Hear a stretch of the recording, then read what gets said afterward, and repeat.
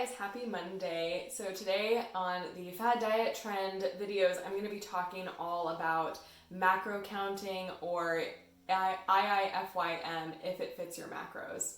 So if you've never heard of this or you're like, Rach, I don't even know what a macro is, we're going to go over it. So macros are short for macronutrients. So macronutrients versus micronutrients. Macronutrients are your three main categories: carbs, proteins, and fats. So when we're talking about carbs, proteins, and fats in reference to macro counting, it's important to understand that each individual macronutrient has a certain number of calories per gram. So carbs and proteins are both 4 calories per gram, and fat is 9 calories per gram. And interestingly enough, alcohol comes out to be about 7 calories per gram. Some people think that because alcohol is a carb, it's 4 calories per gram, but it's really not. It's processed a little bit differently, but that's beside the point. So when we're talking about macro counting, what that means is that some people will use the idea of these macros to manipulate their performance, body shape and size, that sort of thing, or attempt to lose weight in counting macros. Really what it means is that they're trying to use math. So it's a math equation. They will take the total number of calories that they want to consume in a day and break it down into percentage ratios of how many carbs, proteins, and fats that make up that total caloric quantity for the day. So when they do this, essentially you're weighing and measuring your food, entering it into this app online on your phone, and that has a big data bank in it of all these different kinds of foods, and it will spit back out at you you've eaten this number of calories with this many grams of protein, carbs, and fats. And so you're essentially trying to make it to this standard that you've set for yourself. So you or a trainer, if there's somebody that you're working with, is going to be the one to set those numbers. So it's just like doing math, but it's a very interesting way to go about changing or manipulating the shape or size of your body. So the issues that I see with it, or I'll back up. I'll say, why is this even a thing? It's a thing because it came out of the bodybuilding and elite athlete industry. So bodybuilders will use this method to change the shape of their body in preparation for a bodybuilding competition or a physique show, whatever. They'll use this method, and it's very effective, or it can be, depending on your metabolic health.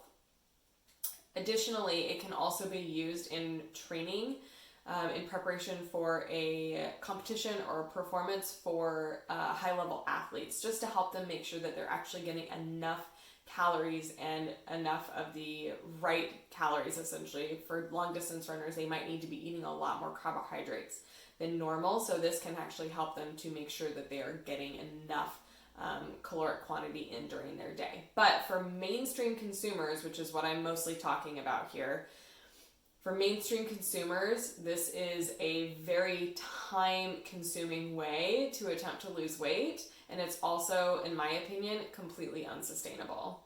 So the reasons I think that, though, are because of the required time effort that it takes to weigh and measure your food, put it in the app, and so the idea is that you have to do this with every single thing that you eat every single day.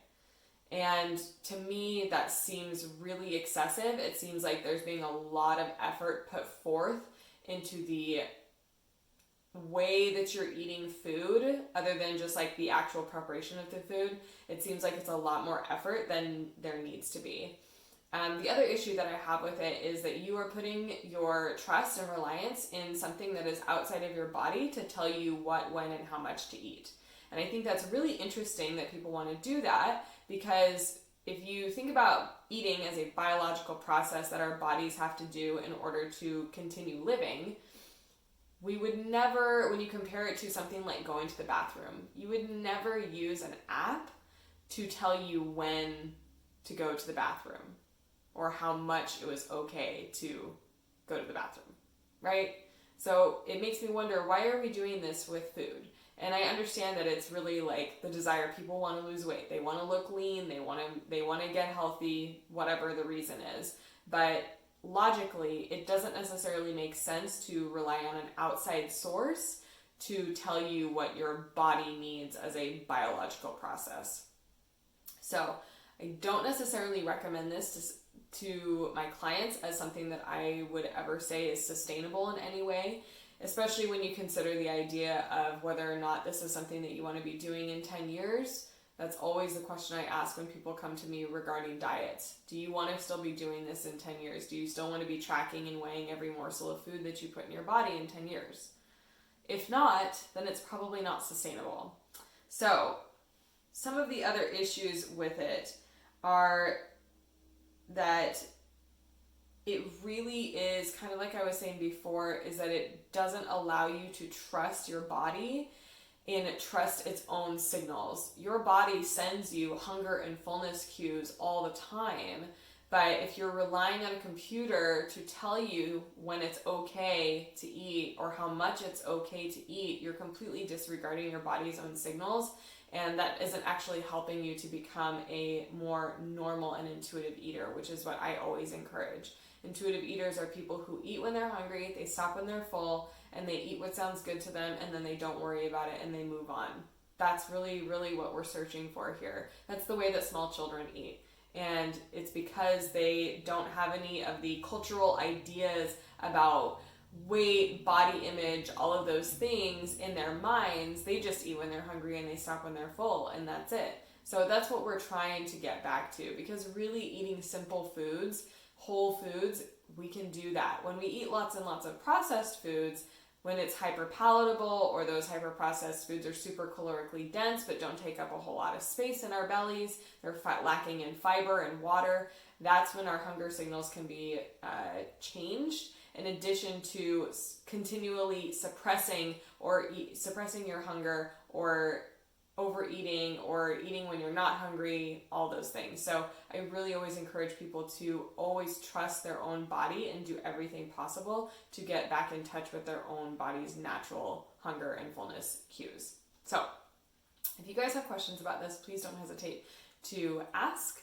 Please don't hesitate to send me a message or an email. I'm going to be doing more videos around these dietary trends.